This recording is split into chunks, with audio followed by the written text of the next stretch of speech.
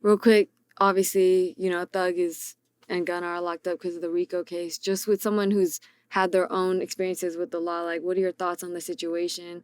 Everyone is saying how fucked up it is. They use their lyrics against them in court. Yeah, I feel like, you see, like, being a rapper, all the shit comes to you. Like, if I could, I would love to be a singer today. Like, rap about girls. And, I ain't even be a pop star. I love to just be a pop star. But being a rapper is dangerous. You gotta be on point and everything. People want to try you. People want to try your lyrics. Say like they're not with it and all that. And niggas end up kicking off. End up beefing over a bitch. And Right. you know what I mean? It's just too much shit going on. And if I had a choice, bro, I'd be like Michael Jackson, Chris Brown. Right. Like, I don't care what people think of me. Like, you know what I mean? Whatever pays, I'll pay a weirdo for that shit. Like, if it's paying me, sometimes getting money is uncomfortable. You feel me? Right. Yeah. So like with that, I feel like the lyrics things. Sometimes I'm in that. Sometimes I'm in the booth. Like, I need something to say. Like, sometimes it's like manifest. Right. Like just like Douglas says, he manifests stuff. Like, Right.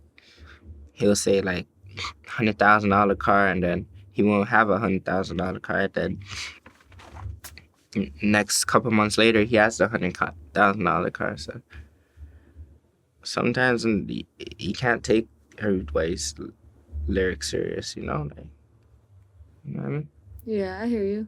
Sometimes it's just art. Like, it's just music. If somebody says, he's like saying he did this, did that, like, it's just art. Like, you ain't physically see somebody do it. You ain't really capture that moment, him doing it. You just think he did it because he said it. Like, sometimes it's just art, I hear you. 2018, you released 420 in London featuring Lil Uzi Vert. Banger. Love that song. Yeah. How did that happen?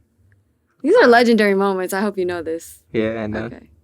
420 in London, how did that come apart? I was with Murder Beats in London. I recorded 420 on 3 keys. It's like, dun, dun, dun. Yeah. And then after I dropped my verse on those 3 keys, like, it was just a repeat, 3 keys, 3 keys, 3 keys. A loop of 3 keys. And then Murder Beats went with his piano and just started playing that shit and made it a hit. Wow. Lil Uzi brought me out in Canada.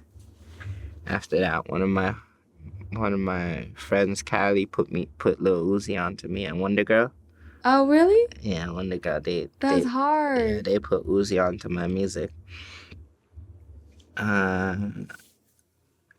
Uzi brought me out.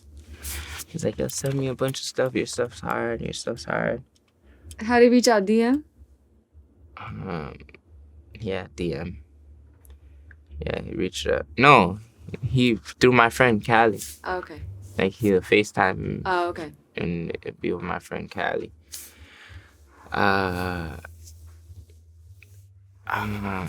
Uzi, we sent him.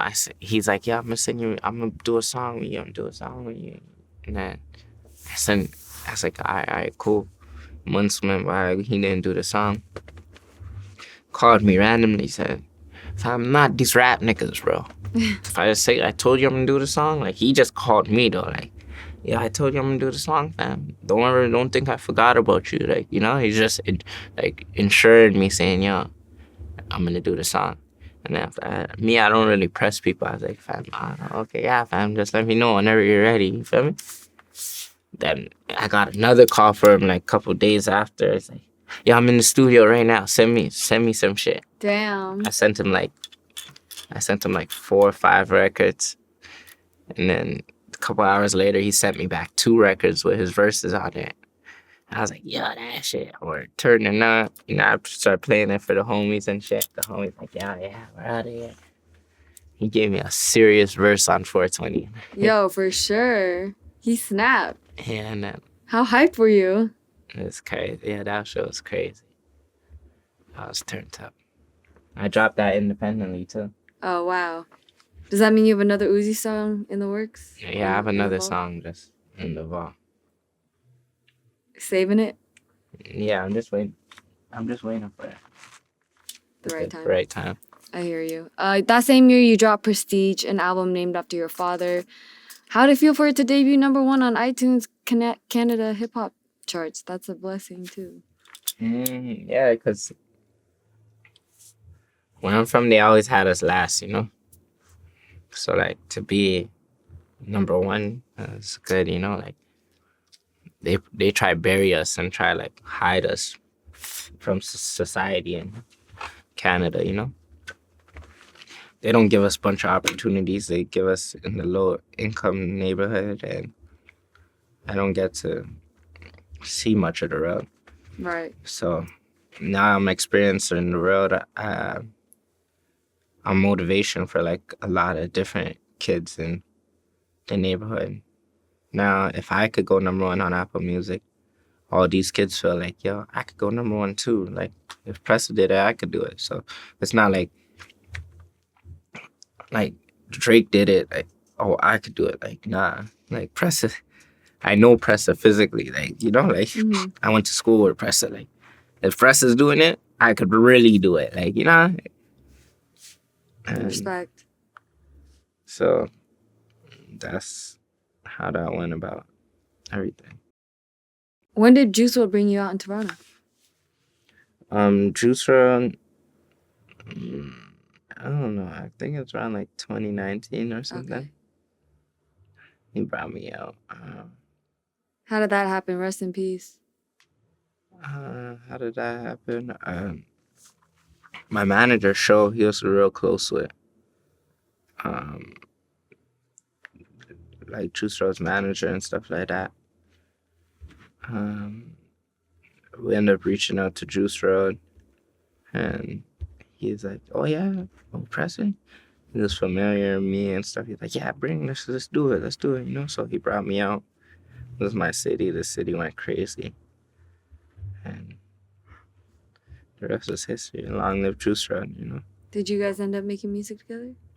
Nah, I never ended up making music with him because he died like months after. Oh, okay. All Damn. that, you know. Like he brought me out, and then like by like a couple months later, he died. I never really got to run into him in America. I only ran into him in Canada. 2019, you moved to LA. Why did you move? I moved to LA just for opportunity. I heard it's Hollywood. Everybody got their dreams of going to Hollywood. I used to say once I get to LA, I wasn't gonna look back. So now I'm here doing what I wanted to do. This is what I wanted. Do you love it? Yeah, I love it. Got great weed here. I love the weather. It's not too hot. It's not too cold. It's been a little hot recently, but you know. Yeah, it's hot, but like it's summertime. Like I could deal with that. Like it's obviously gonna get hot, but at nighttime you could throw a sweater on. Yeah. You know what I mean? I It's hear feel you. good. Right. 2020, you signed with Sony Music Canada. Yeah, how was the process of signing to a major? Like, did you have guidance on people telling you what to do in the industry or like how to move? Nah, not really. It took me a year to sign the deal. That's a long time.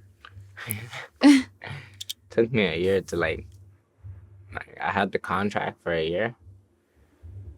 Took me a year to sign it, but I wasn't tripping to sign. I never really cared to be signed or independent. Like I feel like it got pros and cons both ways, Right. you know? Like it's I'm gonna be all right either way, like if I go independent or if I'm signed, you know?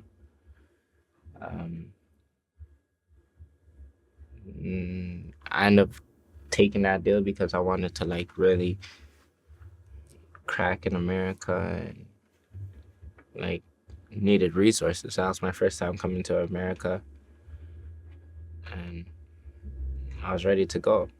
And just whatever it took. Like I know all the greats are signed to the labels, all the biggest artists are signed to the labels, so I gave it a shot. And now I'm here today. I'm about to get into another deal, a different deal. Ooh. Can we talk about that or no? Not yet? All right. That 2020, that year you actually lost Houdini as well, right? Yeah, Houdini, my brother. I grew up with Houdini. Houdini was a great artist. One of the most talented from my neighborhood and in the city. Houdini he knew how to network. He was like a hustler too, so that's why I miss Houdini, because if I had Houdini out here, I'll be working in LA and he'll be in New York plugging in, and I'll be in LA plugging in, and then we just come together, and then it's like, you know what I mean? We all have our own resources, so it's about just putting on each other. Right. Yeah. Did you guys have music together, right? Yeah, I have lots of music with Houdini. I actually got a song that I want to release with Houdini soon. For sure. Dang, are you ever gonna do like a Toronto dedicated project? Yeah. I really want to do a Toronto dedicated project. For sure. 2021, you dropped Gardner Express, named after the freeway in Toronto, right? You dropped the Deluxe that same year. Talk about linking with Jackboy on Blackberry's app. That's the homie. I love Jackboy. Yeah, Jackboy's hard. Yeah, we ended up doing that song together. We ended up coming to LA and shooting the video in LA. And Jackboy, real nigga too. We just ended up shooting that video out there. That's dope. I like Jackboy's music a lot. Like, Pressure. I like. My nigga told me I'm precious. I like that shit. It's one of my songs. Was that your first album, Gardner Express? Yeah. How did that feel to release your first album? I'm sure your fans That's first album with... no, I had a bunch of albums. Oh, okay. The debut 3 project albums with the before, label. but Gardner Express was my first album with a label. Right. That's what I meant. Mm-hmm. How'd that feel?